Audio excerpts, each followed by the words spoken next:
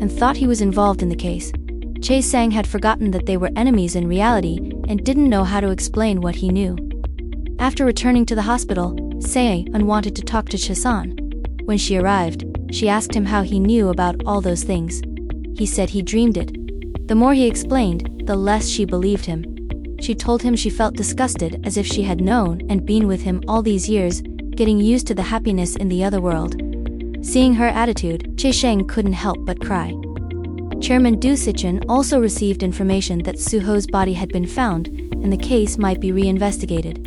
He was furious because the mayoral election was about to take place, and this happened right in front of him. The team leader received a report that several other bodies had been found in the area where the first body was discovered, all victims of recent murders. Chae Sang sat by the lake, remembering the happy days he had spent in the other world with Sae-un, along with the worry he had for her safety in this world. In this reality, he was still playing the role of the lawyer for the opposing side. Later, he was called out by his senior lawyer, who introduced him to Chairman Du Sichun. Unlike before, when he had to defend the bad things, this time he directly confronted Du Sichun, saying he hoped he would tie himself in, because he wouldn't help him with such filthy deeds anymore. He didn't forget to taunt him, calling him a suspect in the murders. Hearing these words, Du Sichun was shocked. The lawyer was also very surprised and awkward at Chae Sang's words. Chae Sang then resigned from his position, said he would see Du Sichun again, and walked away. Since discovering her brother's body, Sae-un had been like a lost soul. The team leader was very worried. He then invited her to go for a fight to release her stress. After a while, Sae-un collapsed and burst into tears, letting out all the tears she had been holding back. He then took her home. In front of her door, the team leader hugged her and spoke about what was in his heart, leaving her speechless and unsure how to react. Chase hung at home, always thinking about the happy moments with his little family, even imagining Sae-un and his daughter in the house. When he realized it was an illusion, he cried.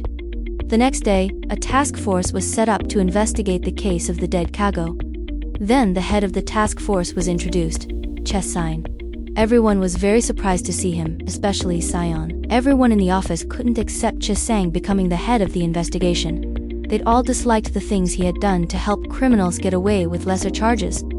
The chairman's grandmother went to his office, opened the safe, and found a hammer in a box, the murder weapon from the cases they had discovered. She was terrified. At the same time, the lawyer entered, stabbing her. Seeing how keep looking at the cabinet next to it, the lawyer suspected something was wrong. Chae Sang was in his office when the head of the department came in and told him that although he didn't know why he was here, he would be watching and observing him. Chae Sang didn't need to do anything but stay put as a scarecrow and then leave. He wanted to explain, but he didn't know how to convince his boss. Sae-un sat in her room, thinking about Chae Sang's strange actions. She was very confused and didn't understand why he always appeared where she was. When Sae-un got home, she saw a gift box in front of her door. When she opened it, it was full of gummy candies. It included a message saying that the gift was from the new neighbor next door. Later, she planned to take the gift to the new neighbor, but she was shocked to realize that it was Chae Sang. Seeing Chae Sang with a completely different, cutesy personality, she was completely bewildered. A group of aunties came to her house for a housewarming party. Sae-un couldn't believe her eyes as she watched Chae Sang chat with them. When she returned home, she still didn't understand and asked why he had moved next to her house. Chae Sang deliberately teased her, saying it was she who was following him, which made her angry. The next day, at the prosecutor's office, the head of the department rushed in, saying that Chairman Du Sichun had been summoned for interrogation.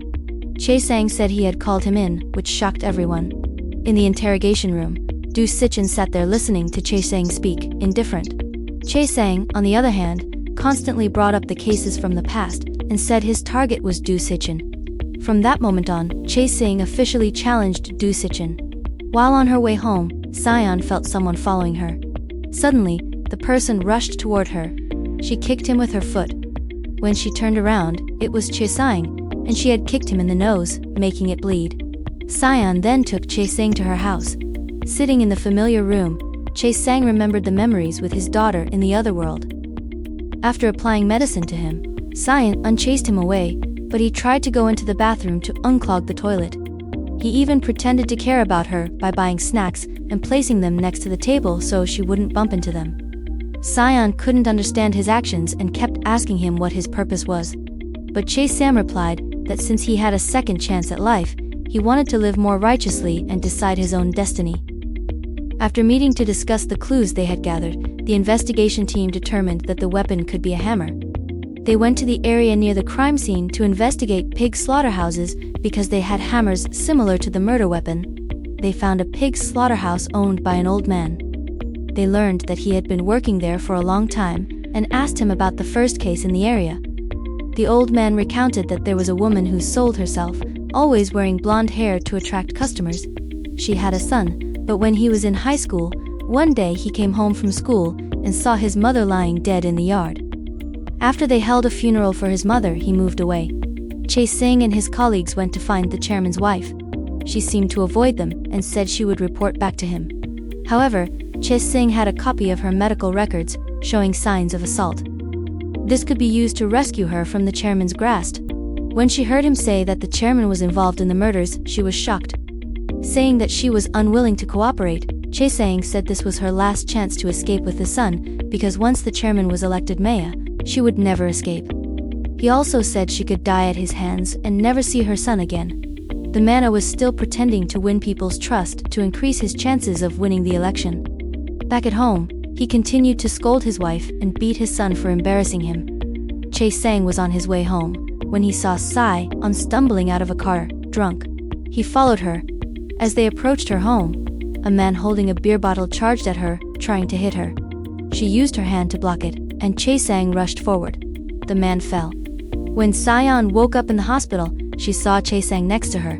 She asked why he hadn't disappeared and why he was hurting her. He said he would always protect her. The pharmacist Pinyu hired someone to bring a girl to a designated location where he drugged her and took her to the laboratory. As Sai-on and Chae Sang were leaving the hospital, they were met by the team leader who had feelings for Sai-on. Seeing Chae Sang being so close to her, the team leader slammed on the brakes, causing Chae Sang to almost hit his head. After Sai-on went home, the team leader asked why Chae Sang was always around her. Chae Sang said he shouldn't worry.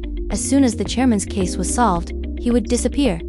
Chae Sang thanked the team leader for his concern and protection for Sai-on and hoped he would continue to be by her side. The team leader didn't understand these words. The chairman was furious as his votes were constantly decreasing due to the new case that had been uncovered. His lawyer suggested that he should meet with the chief prosecutor of the Special Investigation Department to get help, but the chairman agreed to meet. Meanwhile, the chairman's wife was called to her son's school for a meeting. The teacher informed her that her son had been bullying his classmates. He said that whenever the boy disliked someone, he would hit the person next to his friend. The wife recalled the time when she hit someone in front of the son, and realized it might have influenced him, causing him to act this way. After finding the information about the house where the blonde woman who sold herself was murdered, the team leader and Stein went there to investigate further. Stein was checking the situation when she heard a noise. Someone ran out, and she tried to trip him but ended up falling herself. It was Chae Sang, who had bumped his head on a pole, causing his nose to bleed. The team leader then returned with a woman who lived nearby. She told them that the woman named Chai Dang Hyen lived in the house and earned money by selling her body, always boasting about her son, who was the offspring of a prestigious family. The woman added that every year, twice a year, in summer and winter, a luxurious private car would arrive at the door at midnight to visit the mother and son, but she couldn't see the driver's face. She said the woman was still alive, not dead as rumors suggested, but she was no longer able to take care of herself. After returning home, the wife asked her son why he acted that way. He said he had learned from what he saw. Whenever he saw stupid and weak people, he felt filled with rage and pain. He said he was sorry because he was a mother without strength. The scene shifts to the prosecutor's office. The next morning, everyone was having fun early in the morning when suddenly, the chairman's wife appeared, surprising everyone. Chae Sang said he had made a deal with the wife, which got him scolded by the head of the department for acting on his own. He said the price for her providing evidence was the future of her son and her escape from her abusive husband.